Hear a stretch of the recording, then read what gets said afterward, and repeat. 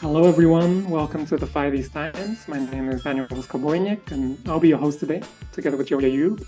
And we'll be joined by two wonderful guests, Hadar Cohen and Dahab Kashi. Thank you so much for being with us. Before we fully introduce our guests, I'd like to thank you for listening to another episode of the 5 East Times.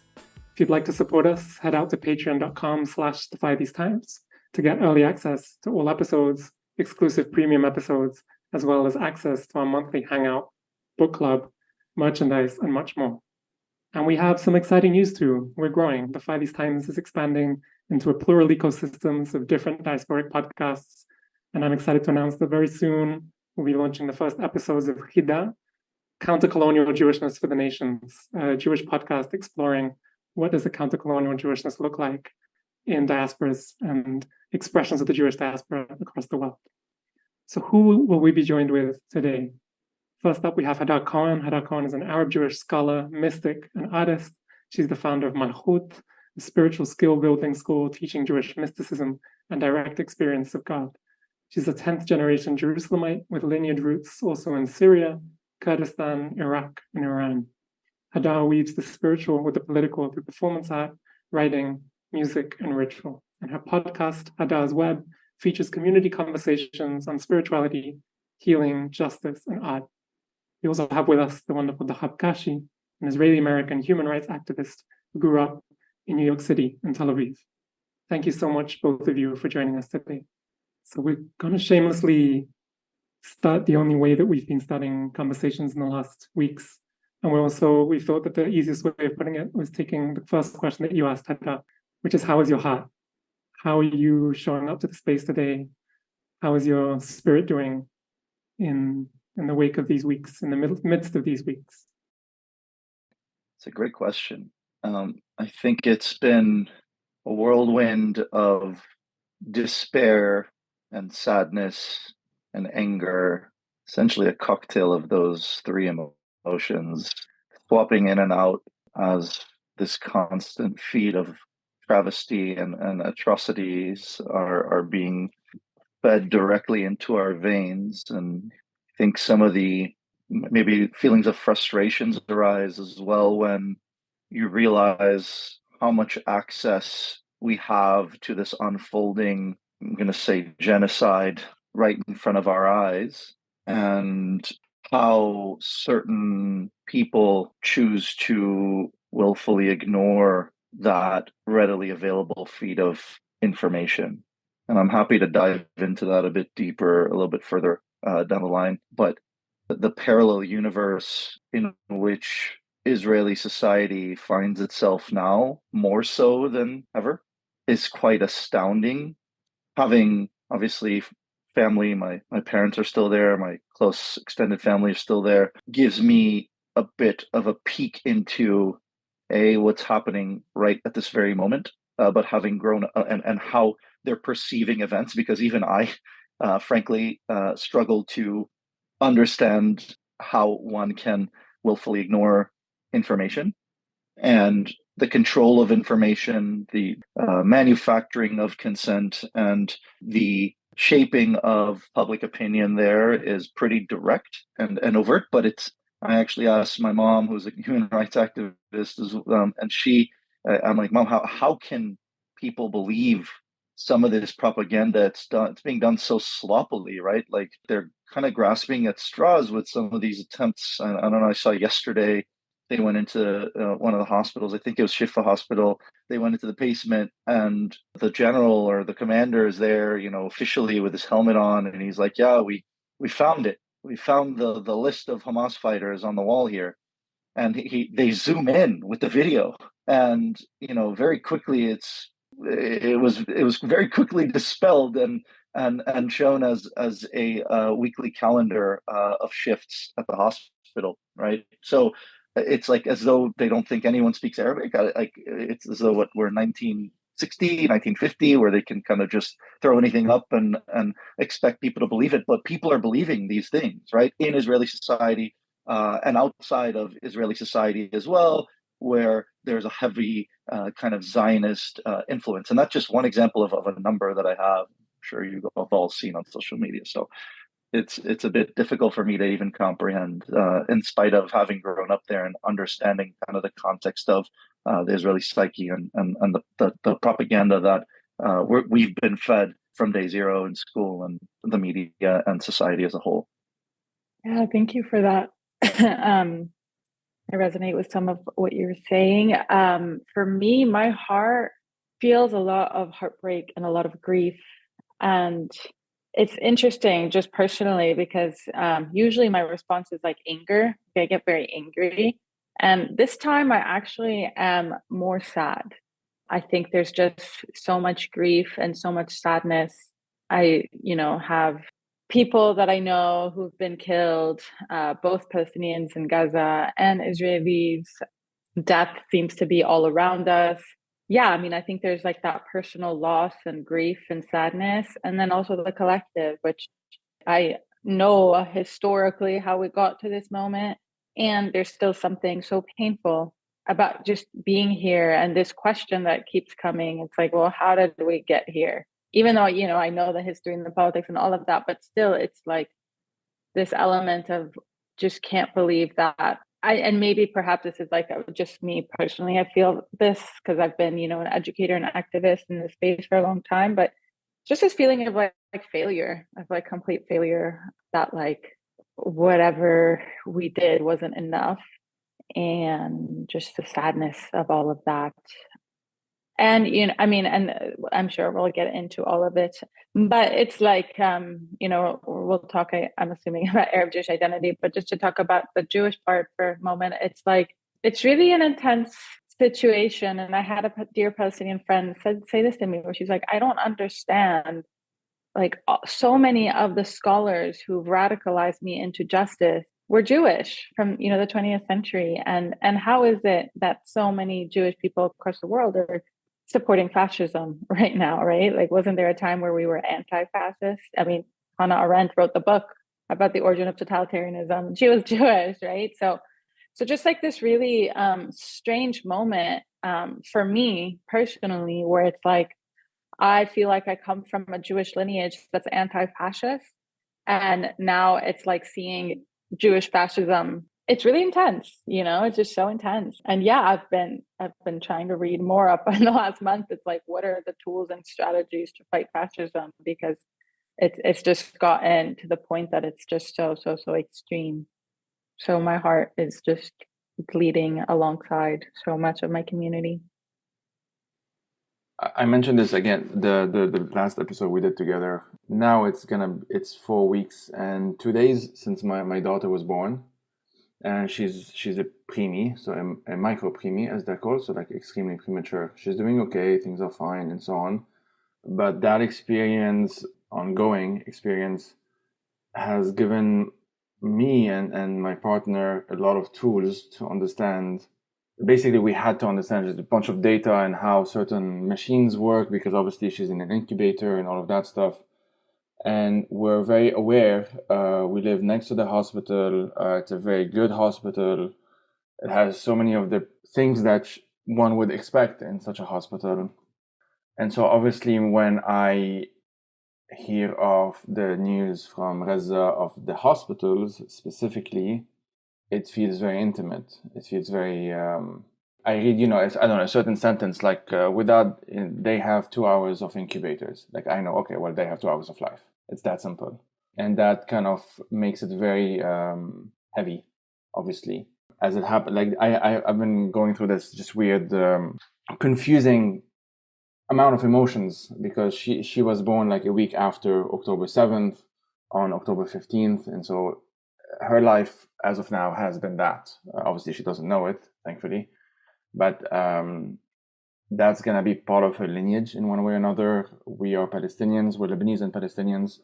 That's going to be there. I don't know. I think of the people who are now, 22, and they, born around 9/11 or stuff like that, and how much the world has changed after that. And, things are never the same, but there is a bit of that element that it feels like so much has already changed that it's a bit dizzying even to imagine just how much will have changed by the time she's 18, for example.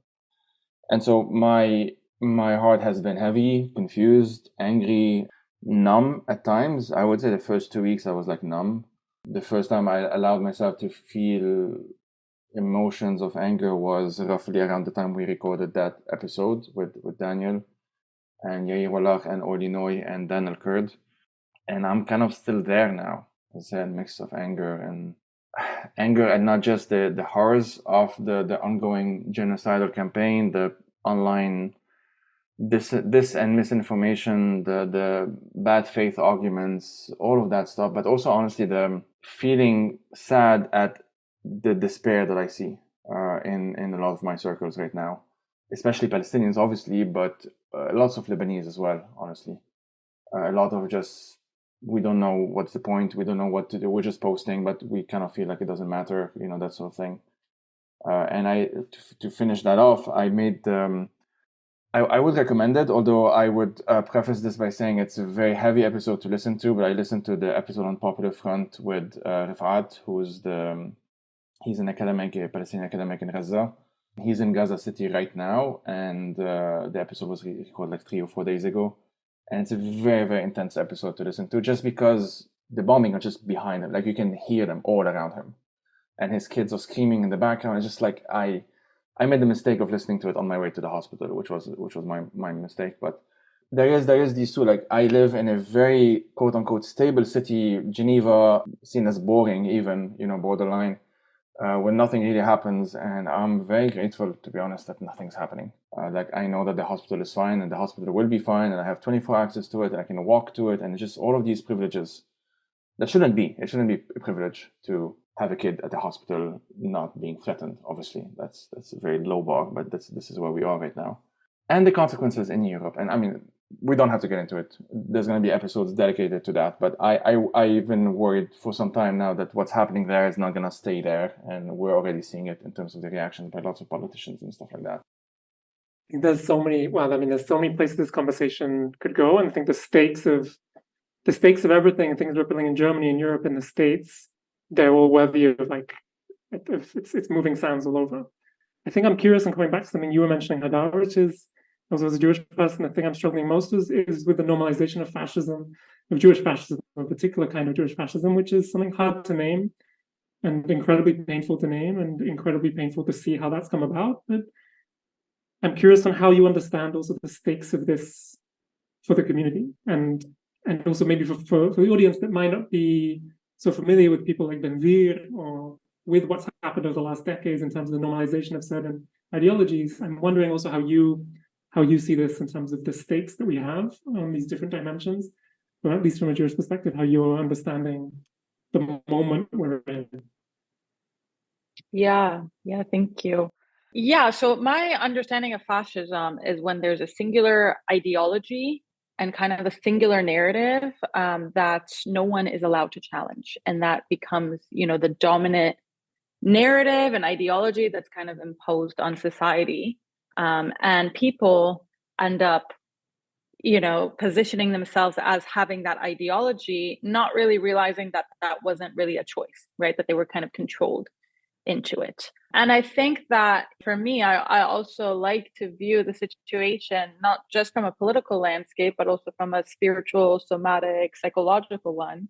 I think it's important to understand that the Zionist movement, the vision that it had for Jewish people was to completely segregate from the world, right? That, okay, Jews were scattered all over the world, and the Zionist project was like, okay, we have to get all the Jews to come to Palestine. And that was part of its understanding of, this is how we fight anti-Semitism. One of the things that's been going around on Israeli media about this moment, right after the Hamas attack, there's politicians who are saying either we go back to Auschwitz or we militarize and, conquer Gaza. Those seems to be kind of the only two options. It's like either back to Auschwitz or endless brutality on Gaza. But I think it highlights a bit of the psyche there, right? Where there has never really been a contending with Jewish pain, Jewish trauma. Zionism kind of just took all of that and said, we never have to talk to anyone in the world about our pain. All we have to do is get a really strong military, and this is how we will be safe. this is one of the things that they say a lot about Zionism, which in the beginning of the movement, it was a very much a secular ideology coming from Europe that was actually very fringe. Even Jews in Europe were actually very against it. But the reason why it gained popularity was because there was Jewish suffering, right? So even though Zionism wasn't necessarily started as a Jewish trauma response, right? It did start as, kind of mirroring the nation state ideology and, European colonialism and all of this. The reason why it became so center stage in so many Jewish communities was because of the trauma and the trauma of the Holocaust, but not just, right? The trauma of also Jews who were living in the Middle East who, all of a sudden were experiencing attacks on them as Jewish people. That history, and this is what I see in the Jewish world, at least, it's like people didn't really want to unpack it because it was too painful. So it was easier in some ways to just say, okay, let's just all get guns, right? Which has been Ben Gvir's policy. And actually, I brought up Hannah Arendt. I love Hannah Arendt, but one of the things that she said, right, she predicted this moment in some ways, where she was just like, the founding of the Zionist state can actually only lead to a full-on totalitarian regime.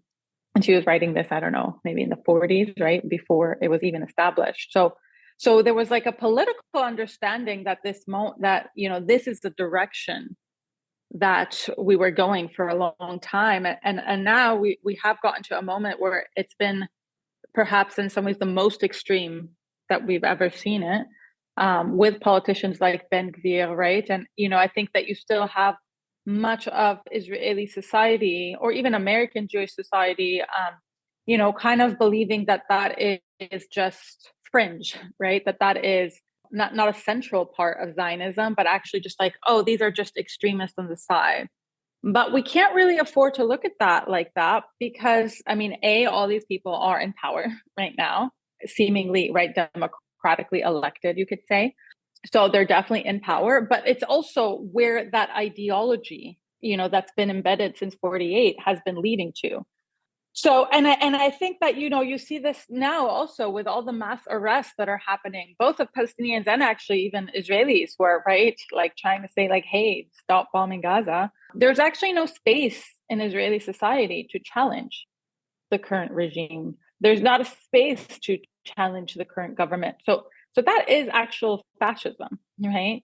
And I'll just say that, thriving societies, and a lot of my research in the last year has been looking more at Andalusia and, what made that so special.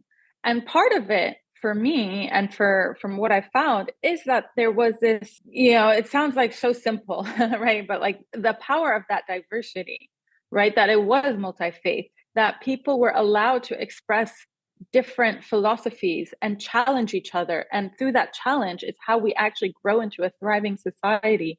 So when we see just like complete silencing of anyone, really, certainly Palestinians are being like completely, first off, they're race, but then also silenced.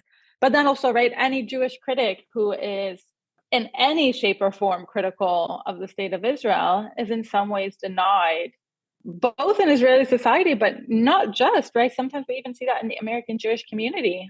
It's been personally really disappointing to see a lot of rabbis, right?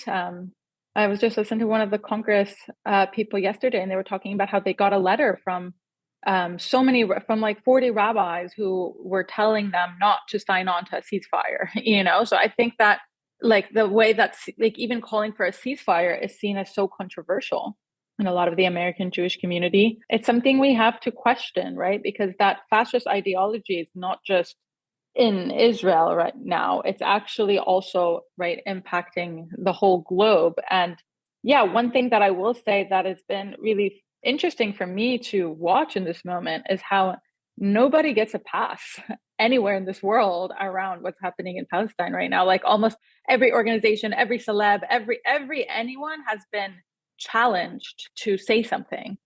So there's something that we are, there's something quite global about this moment. I'm happy to expand as well. That was a very intriguing perspective about, so thank you. I learned a lot. But I think from a personal perspective, I wanted to share that for the first time in my life, and you can take this with a grain of salt because it can mean a lot of things, but I have never felt more Jewish. I've never felt more Arab. I've never felt more many different identities that are kind of that comprise my overarching suite of identities. But for all intents and purposes, I've never felt more Jewish. And the reason I've never felt more Jewish is because when I just started kind of connecting the dots around my aversion to my Jewish identity. Now, I've always intellectually understood the difference, the historical context and the difference between Zionism and Judaism, and I never conflated the two. And I've been arguing for that separation, and we're seeing so many social media posts, necessary social media posts, explaining the difference and intellectualizing it, and I do that as well. However, my mom sent me this photo the other week of myself and my grandfather, and I had, I was probably like 4 years old, and I had a kippah on my head, and I had a shofar, which is the horn that you blow on Rosh Hashanah, if I'm not mistaken. and then I'm like, holy shit! Like, I remember that I had very fond. I've always been an atheist, and it hasn't really changed, right? And it's not something that intrigued me from a spiritual perspective at that young age, even though I've grown more spiritual in other ways as I've gotten older. But it was always something that I can look at. I look forward to with my grandfather or family, and it resembled this tradition of family, and it was part of my identity. I had a fascination, with clothing and self-expression. So I had a fascination with kippahs when I was a kid, even though I was an atheist, right? Like I had like long hair and put a kippah on because I was like, oh, that looks cool. And it just kind of like that photo coupled with one other event when I was in DC with Jewish Force for Peace during the first week demanding a ceasefire. And all of a sudden, that was the first time in my entire life that I was crying the entire time, right? And it was, 5,000 Jewish people talking about liberation for Palestinians and singing Jewish songs, anti-war songs that were traditionally Jewish. And I'm like, I wasn't very familiar with a lot of these traditions, but that experience essentially physically severed the tie between Zionism and Jewishness, right? And I say Jewishness, not Judaism. But up until that moment, yes, I understood it intellectually, but deep down inside, as I grew older, did everything in my power to just be as far away from being Jewish as possible, right? And that's because I've been a part of, thankfully, the way, with my mom being an activist and growing up in a very specific and very unordinary household in Israel, was always taught that what was being done to the Palestinians was wrong, obviously. And as, I've expanded my intellectual understanding of the whole thing, then I understood more and more. But I always knew from a very base level that it's wrong, right? And that it's a human rights issue, right? But as I got older, I started seeing that many Jews, as you guys have pointed out, in the world were associating themselves with this Zionist idea. And in turn, I always saw the link between Zionism and Palestinian oppression, right? And so if I felt it so deeply, I was pushing that identity away because I associated that identity with Zionism inherently. And so I think, and this is a really important point, because it's a lot of these kind of talking points against what we do and what we represent as Jews that do support Palestinian liberation wholeheartedly. We're actually helping sever those ties between perception of Jews as a contingent that will always support and back the Zionist project blindly. And what we're seeing and what I'm seeing being in the streets, yes, we have many people supporting Israel, but the leaders of many of these movements, especially in the United States, the ones that are on the forefront, as they should be, because we have a privilege that isn't afforded to many of our Arab and Palestinian brothers and sisters in the West, are actually the ones getting arrested, doing the public disobedience. They're leading the movements. They're organizing. We are organizing, and so they're actually physically embodying the difference between the Jewish identity and Zionism. And so I think I felt that, on a personal level, a pretty big release when I physically kind of was in those spaces and saw this beautiful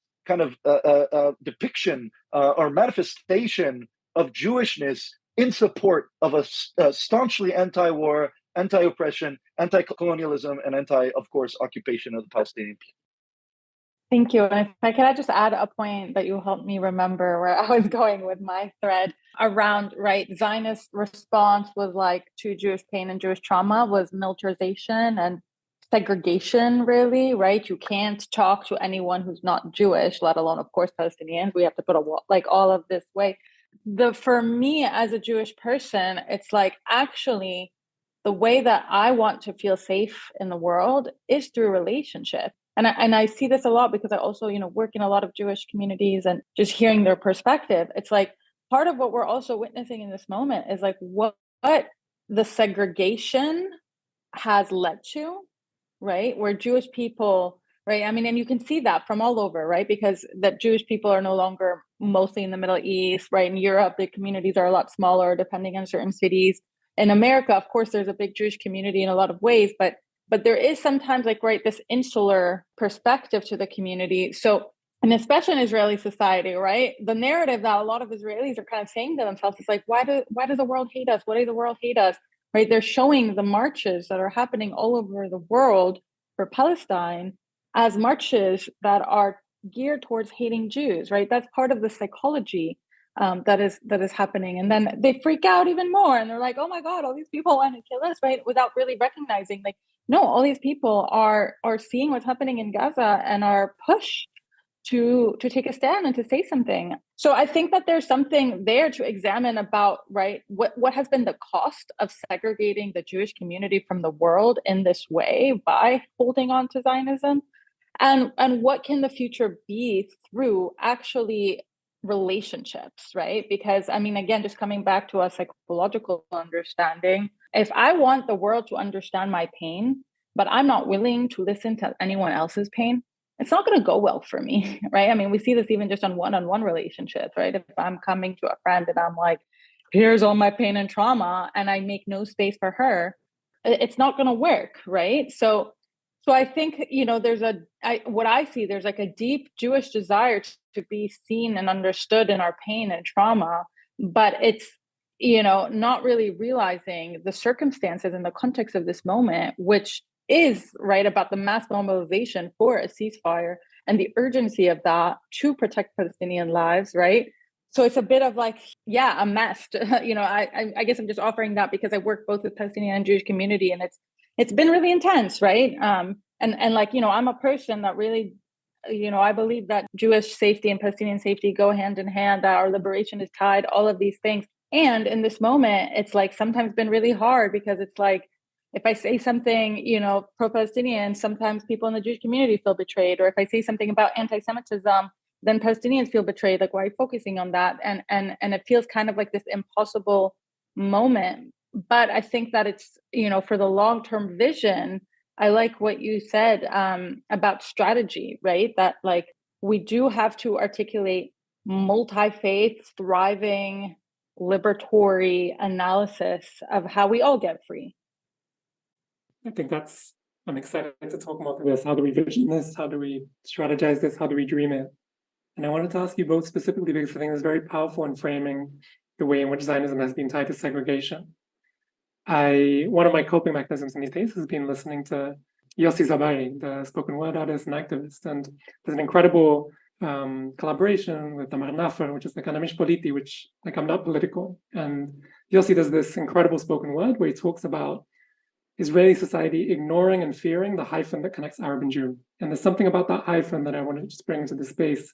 Both of you have spoken very powerfully, and also on the way in which Zionism has also created a separation wall, literally, between Jews and their Arab identity, especially from Mizrahim.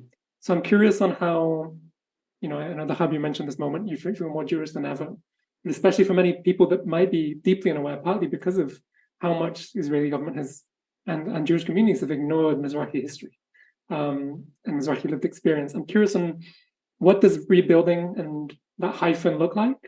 The hyphen that connects Arab and Jew, and how can we dream from that space in the urgency of the now?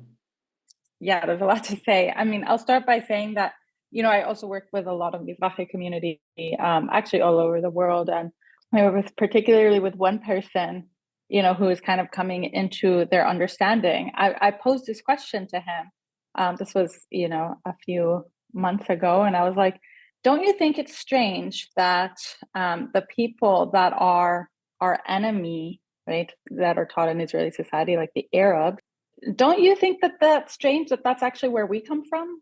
Like, my lineage is, from Syria, and all of a sudden Syria is the enemy, but I'm Syrian. So what does that do, right, to my psyche or my consciousness? And why would I be more aligned with Israel and not Syria?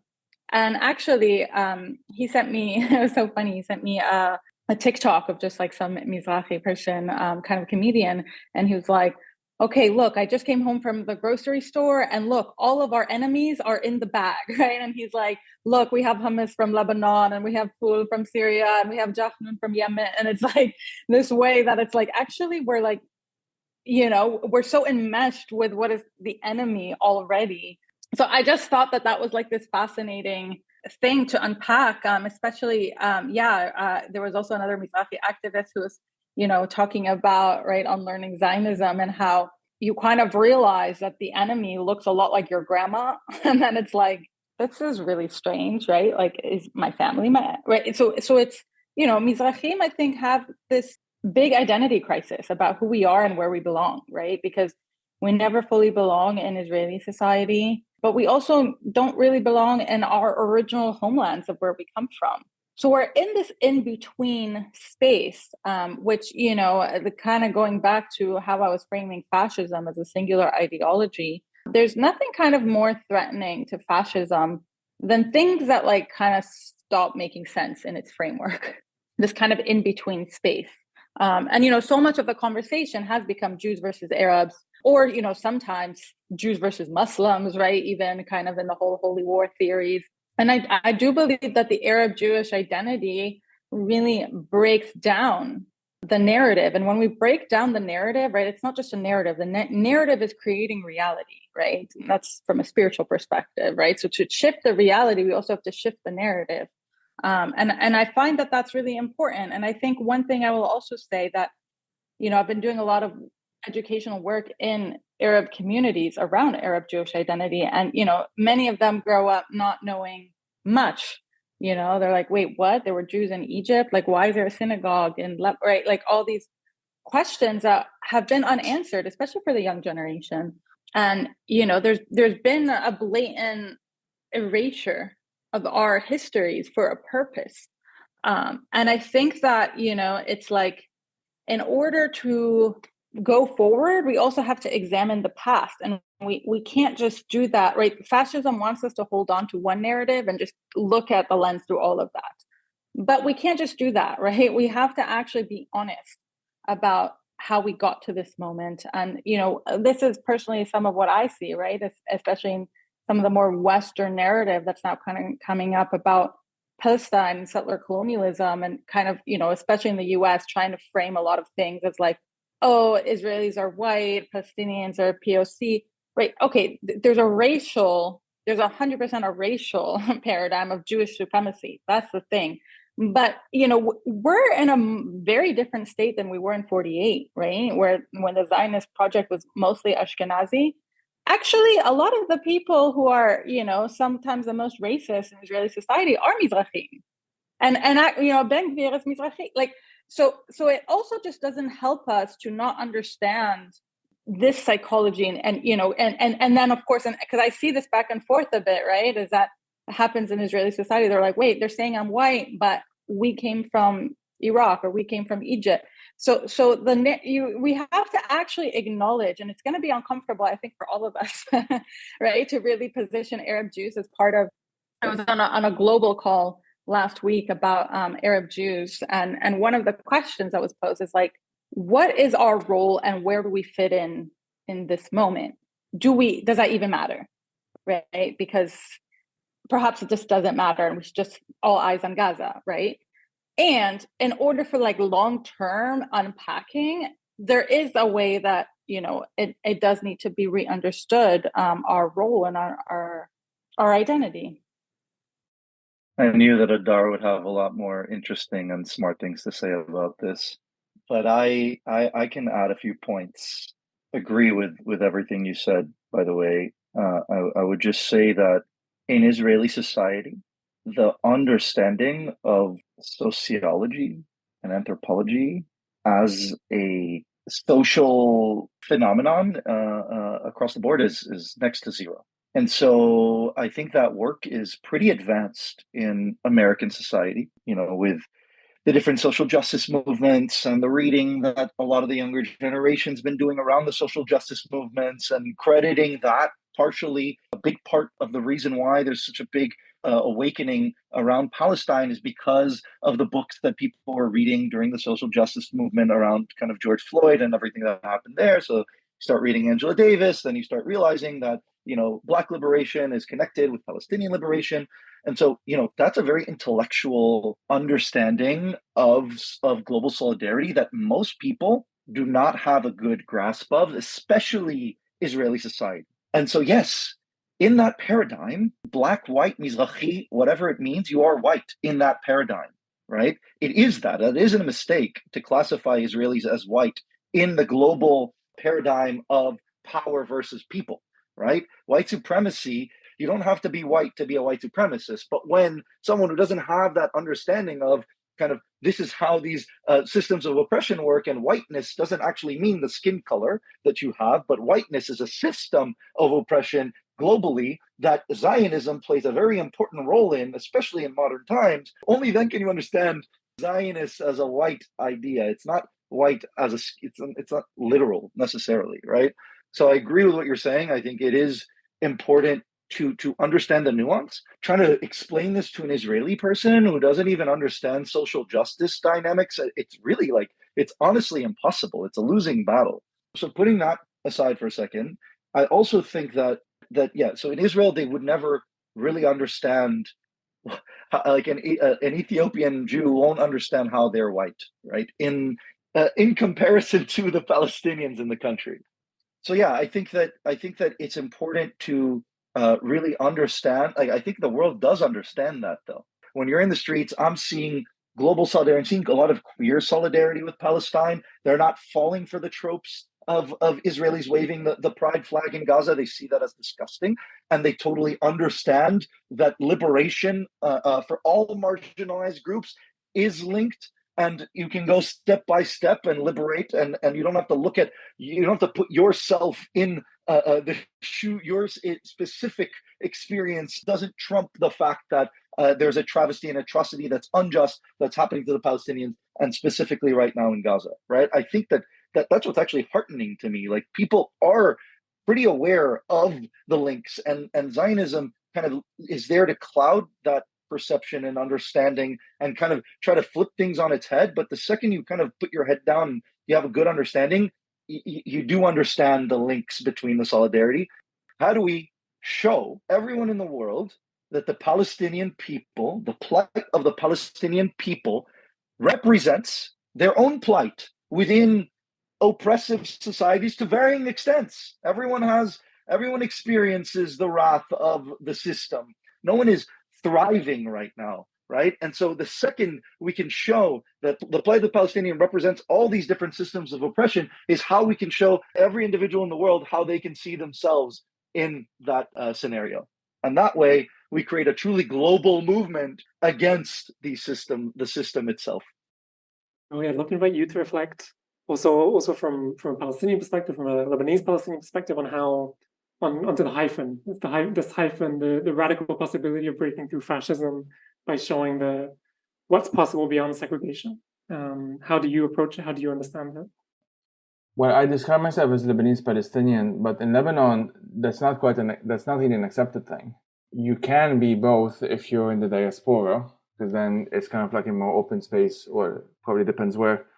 But in Lebanon, especially since the civil war of the 70s and 80s, the identity of a Palestinian is inherently quote-unquote political. And so many Lebanese don't see Palestinian refugees as refugees, for example. And they don't use that term. That's not the term that the government uses, terms like migrants or guests or whatever.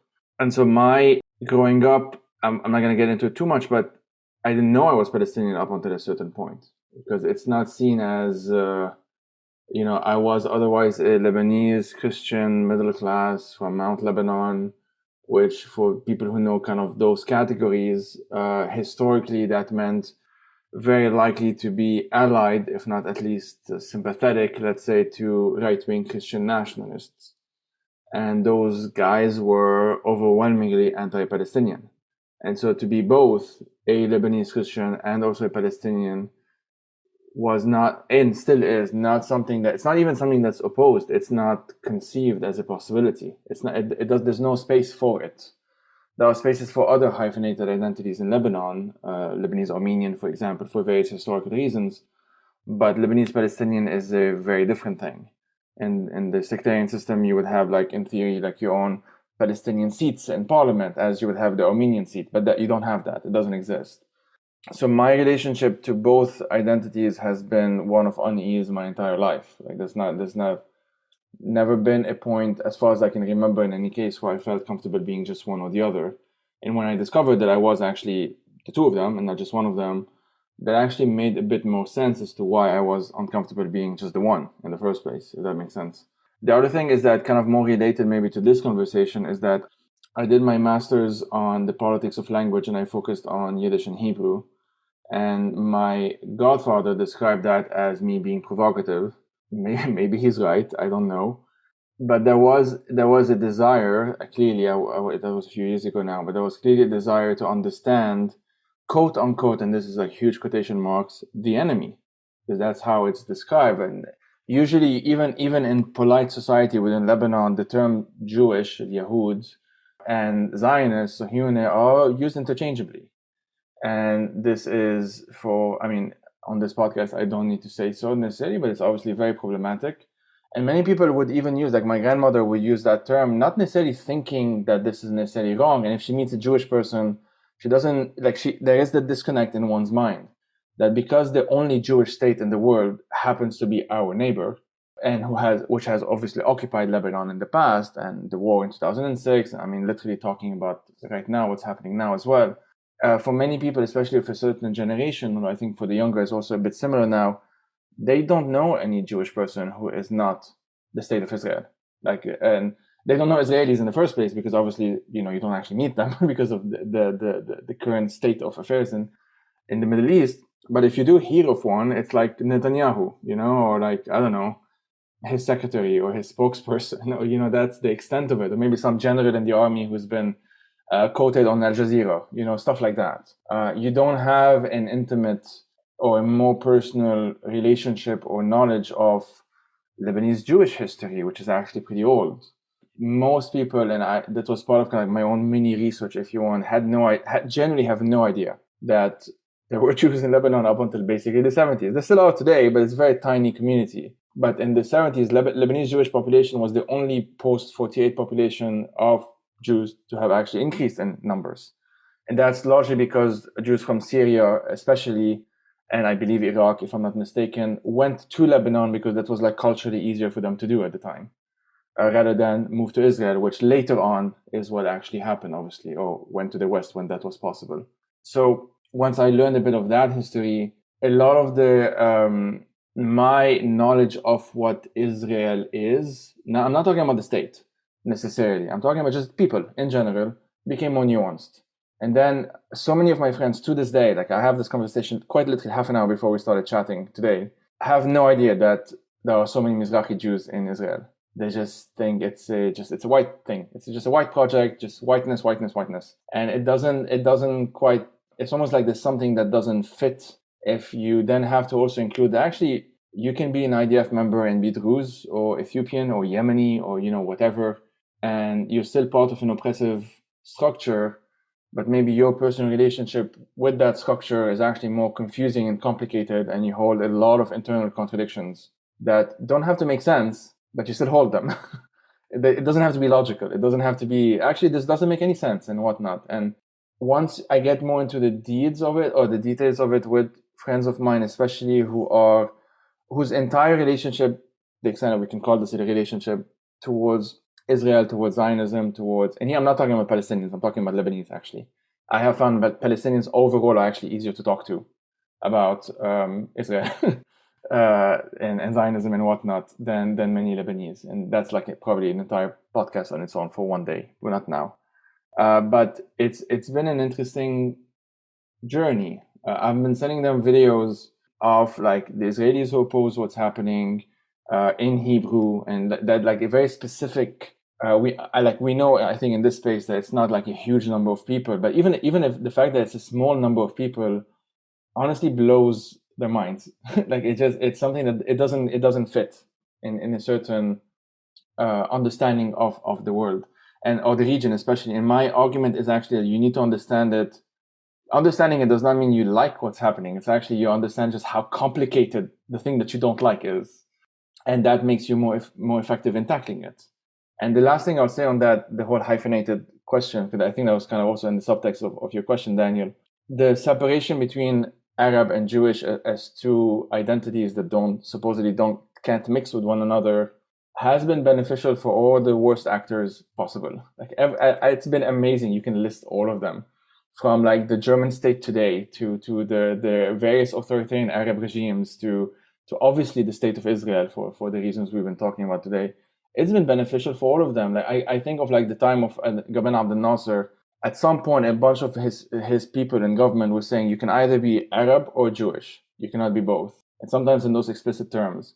And Israel was like, perfect. That's exactly what we want. You can be this or that. So come and be this, obviously. And so that benefited a lot of the same, or not same, but like a lot of the worst authoritarian tendencies, because plurality is inherently opposed, in my opinion, or at least doesn't quite work in the same way as, homogeneous nationalism and that sort of thing, which we saw and still see to this day in our region and frankly around the world. So that's what I would add, is that my personal identity, because I allowed it to go in a certain way and explore it in a certain way, has allowed me to be more comfortable in contexts that are inherently uncomfortable. And maybe comfortable is not the term, but like be more appreciative of how complicated things are. And something being complicated does not mean that you like it. You don't have like, though you can hold both at the same time. It's actually easier than one thing. So yeah, that's what I would add on that. Thank you so much, Joey. I really appreciate you sharing that. And yeah, I think one of the things also, just coming back psychologically, that I've just witnessed with so many of my friends and so many of my community members, right? It's like, especially when you're a child, right? If someone tells you this is the enemy, you're going to actually develop some sort of healthy curiosity towards that, right? I mean, I was 10 when the wall was being built, and I remember I'm like, why is there a wall?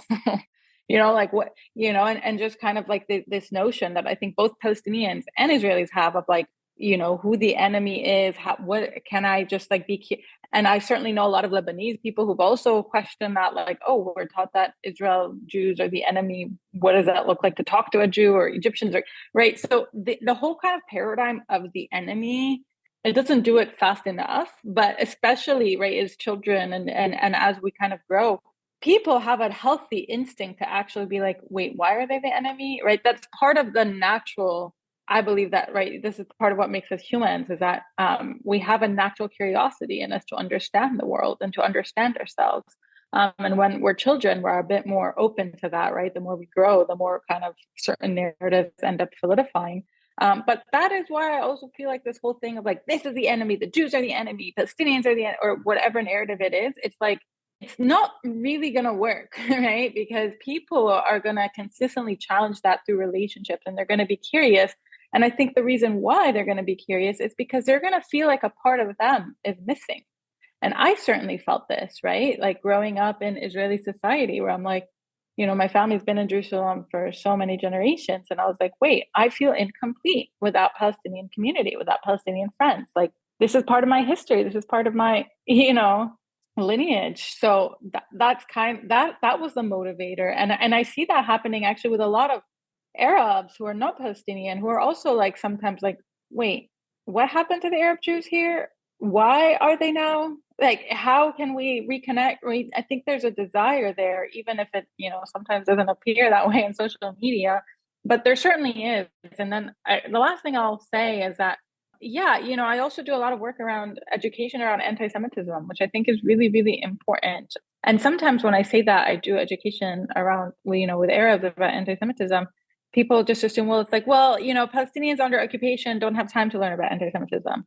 To which I say, yes, of course. I'm not here educating people in Gaza who are, suffering bombs right now, or anti-Semitism, or people even in the West Bank who, have to deal with so much arrests and home demolitions and all of that. I'm actually more talking to the non-Palestinian Arab world, right? Because actually, and I think, Joe, you kind of said this, and I think this is sometimes shocking for people to really understand, there's a lot more anti-Semitism in the non-Palestinian Arab community than there is in actual Palestinian community. And there's kind of something that I feel like we're not fully acknowledging and addressing that. And part of that, I think, comes from, again, kind of what I was talking about earlier, that Jews are mostly no longer there. So they never know Jews. They never know, like you said, the image is just Netanyahu. This is one time I was teaching a class on Jewish mysticism in Europe, and I had someone ask me, like, oh, like, if Kabbalah is so beautiful, like, why doesn't Netanyahu also learn Kabbalah? So that was like a hysterical question, right? But for a lot of people, it's like the frame of, they're like, Netanyahu is the Jew, right? Because that's what they see as the Jewish state, and this is a Jewish leader. And I think like that has kind of been the cost of Jewish communities, right, no longer belonging and all over the Arab region, is that we have this kind of empty, like, a void there. But then, when there's an empty void, it's usually filled with more nationalism, sadly. So this is part of, it's like, well, what else can we fill the void with? And then I guess last thing I'll say is that the perspective that I've chosen in, some of this work is to start with the vision of, what do I envision? And not just for Palestine, but actually for the whole region, because I think there's a lot of things that are so interconnected around borders and segregation. And, so many people are struggling with identity because identity has become this purified thing. Oh, even if you're Arab Muslim, it means this way, right? Like, there's just certain like rhetoric around identity that are completely misaligned with the history of our region. And for me, it's like the vision is a multi-faith, multicultural return, really, I want to say, to what we were, right? And again, the whole region. And for that's kind of how I've chosen to position my work. It's like, if that's the vision, what do I need to do now to help create that path, right? Because that feels like that is very important. Hey, Hadar, I'm all in. I'm all in on that vision. I keep joking, but hopefully soon we can have a coffee in Baghdad and do a big return to Iraq as well, where my grandparents are from. I mean that wholeheartedly. That is something that I feel, that kind of geographic or socio-geographic void that you've described around kind of the absence of Jews in the Middle East is something I started feeling on a personal level over the past few years.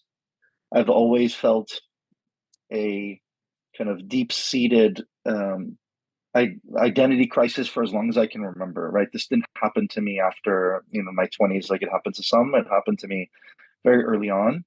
And I always said, I was in Palestine a couple of months ago in the West Bank, and I was visiting some friends there. And I always say that, of course, I've lived in New York most of my life. New York's the most beautiful kind of experiment in diversity and multiculturalism that we have available to us in kind of the modern world. But New York always felt like home to me. But I always realized that New York is home to anyone who can hack it in New York.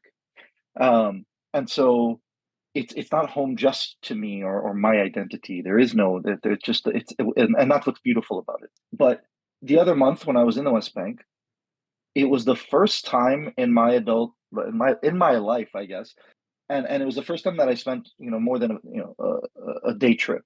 So I actually got to experience it, met people, experience the culture, etc.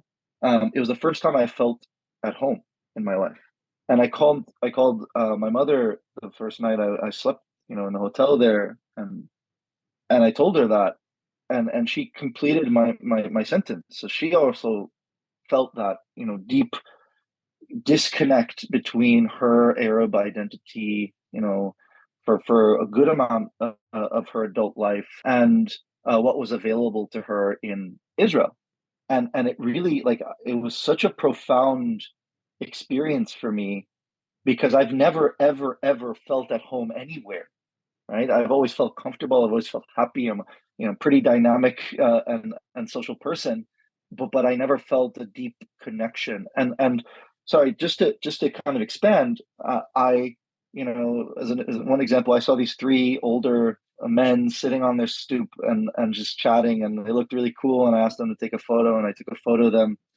Then I went back to my hotel, and a few hours later, I came back outside, and I saw one of the old men sitting with a group of older ladies, and they called me over, and then they asked me, "Shu ismak?" And I said, "Ismi Dahab," and she's like, "Oh, inti kul Dahab." And I have gold jewelry all over, right? And it reminded me of my grandparents, and they really reminded me of my grandparents. My grandparents spoke Arabic at home. They listened to all the Arabic music at home. I grew up in my early kind of childhood on that, and so yeah, it really kind of showed me an experience of an Arab. Say what you may about the occupation and everything, but in the West Bank, at least they are allowed to be Arab and in their Arab identity, and it just showed, right, like, and something that I've never experienced personally, and also, of course, my grandparents couldn't do wholeheartedly in Israeli society. So just wanted to add that part. I just wanted to add quickly that also just going back a bit to the hyphenated framework, which I do appreciate the way you framed it, Daniel, as well. It surprises a lot of folks when I tell them that right now in Lebanon, there is no such thing as a pro-Palestinian party. It doesn't exist. And people usually say, well, what about the obvious one, Hezbollah, given everything that's happening? Well, they're anti-Israel, they're pro-Iran, that's for sure. In terms of pro-Palestine, it's under a very specific vision of what they consider to be Palestine.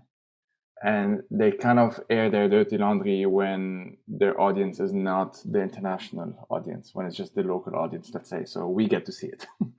The other thing I would say is that before Netanyahu, the most famous Jewish person, as far as the Lebanese were concerned, was Ariel Sharon.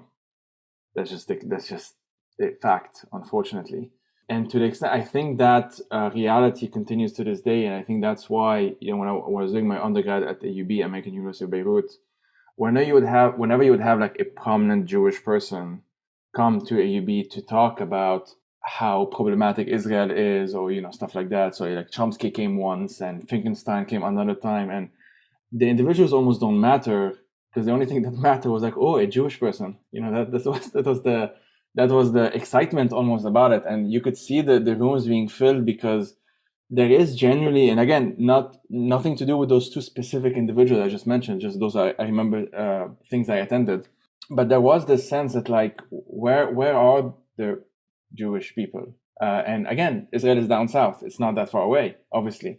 But there is a disconnect, a very, very strong disconnect. And that disconnect has been fomented, both by the Israelis, obviously by the Israeli state, but by sometimes passively, sometimes more actively, by various Arab regimes as well. And this is to the great, it has caused a lot of harm to the plurality of Lebanese society, for example. In terms of Lebanon's Jewish community, Lebanon's Jewish heritage, which, as I said, is pretty old. So I just wanted to add that, and I'm happy. I think we're gonna wrap up soon. So Hadar, feel free to wrap it up if you want. Yeah, thank you for that. I've definitely also experienced that as being the only Jewish person in multiple spaces. That it's like the first time Arabs are meeting, and they're like, "You're human," like they almost like can't understand that I'm also human, and I think this work of breaking the bounds of our mind, this is why I also come from a spiritual perspective, because our mental narratives rigidifies our understanding of reality, but the truth is that our bones know so much more, right? And I think especially this is true of all Middle Eastern people. I also do a lot of work of solidarity, not just with Arabs, but like Kurdish and Armenian and all minority groups, right? Like our somatic embedded in our literal body, in our DNA, is our whole history. So our minds, right, especially like I think one of the things that's really uncomfortable for me sometimes in the West is like this positioning of like, oh, this is such an ancient conflict that's been around, right? The issues that we're facing are very modern issues that are very much in some ways an extension of World War II, right? That have been imposed and restructured into perhaps what we're now seeing as World War III, right? So there's been a continuation of that in the Middle East kind of frame, but our bodies certainly have this deeper understanding of our connectivity and relationship to one another. And, from my experience, it's been that longing is so strong to return to that. And sometimes people don't have the words or don't have the, but that longing is strong. And that's part of the flame that I'm trying to, steward more, is like, how do we remember our past? Not just as something that was in the past, but something that is in our present because it's alive in our bodies still. And how do we bring that forward? And just the last thing I'll say also is that, one of the things in the last month that I've just been personally also wrestling with is this identity of being both Arab and Jewish. It's really, really intense because in my body, I feel both struggles really deeply. Like I do identify with Arab struggle, and I can see the insane dehumanization of the Western world and how, it just makes you want to like scream and rage. And then they capture you on video and they're like, see, this person's angry, like, or just kind of this whole thing. And I see it and I feel it clearly. And I also feel like Jewish pain around safety and belonging and misunderstand and all these, different things. And I find myself just even somatically kind of oscillating between this two, where I'm like, I can't actually choose because both of these pains feel intertwined. And maybe this is part of my own personal struggle of like feeling that, and I'm like, what's the justice narrative, justice movement where like it can hold me in that? And but ultimately I feel like, this is also the path forward, is our shared belonging. And is in some ways, right, this overthrowing of fascism and nationalism, right, from all of our midst. That doesn't actually mean overthrowing Jews, right? We have to like distinguish that the dream isn't to kill Jews, right? That's not the thing. It's to overthrow fascism. It's to dismantle apartheid. It's to understand how this actually is harming Jewish people as well. So I think it's also important to kind of clarify that frame, that it's like, we're working against fascism, we're working against apartheid, we're working against occupation, we're working against global militarization, all of those things. And we are recovering our relational heritage of Jews, Muslims, Christians, of all of that, of belonging to the region. Thanks, Hadar. I think, buying into this vision first strategy of what Jewish -Arab can mean, again, right, I think is something that I definitely can get behind. And I'm more of I tend to sometimes get caught in these dreams of returning to a time like you mentioned, Hadar, before Zionism, and not only Zionism but also Western imperialism started taking over the Arab world and sowing the disconnection and the different conflicts throughout the region, not only amongst Jews, but different ethnic groups as well, right? It was a very concerted effort to do so, right? In the effort to colonize and exploit the local populations for various reasons, right? But I think on a personal level, over the past month, I've been pretty vocal on social media, and it's been kind of an array of different content related to what's happening.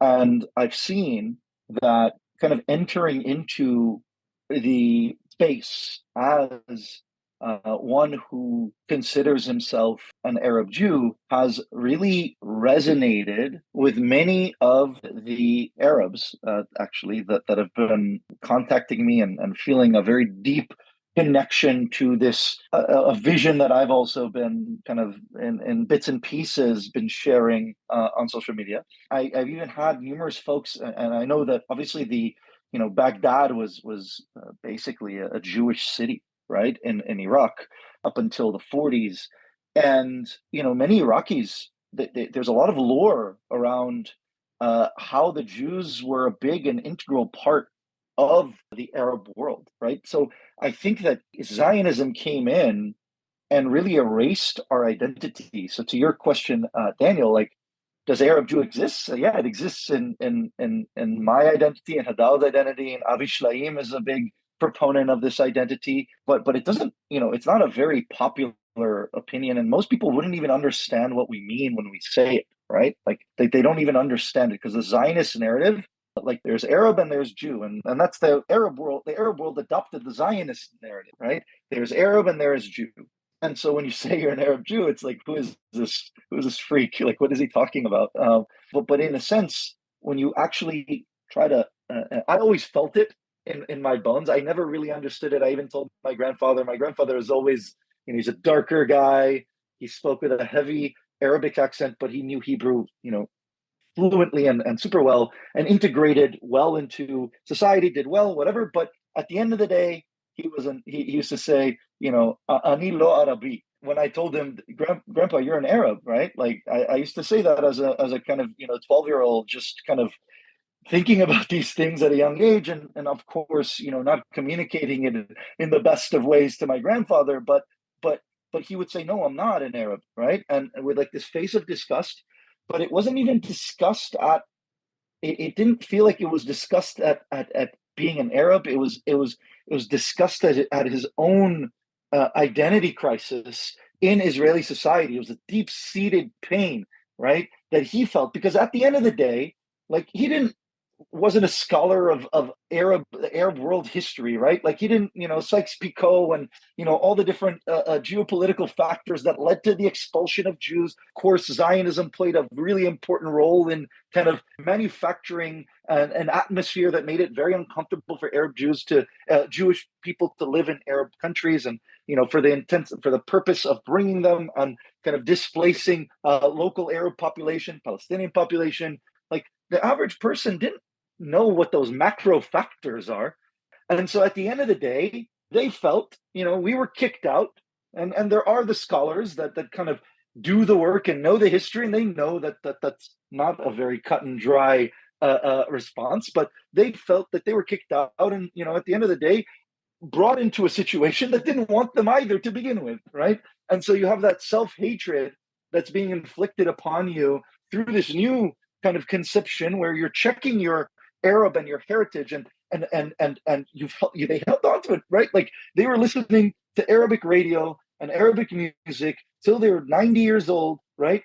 And he says he's not an Arab, right? That's the contradiction, right? That they have to uphold in order to even be accepted in some semblance in Israeli society, right?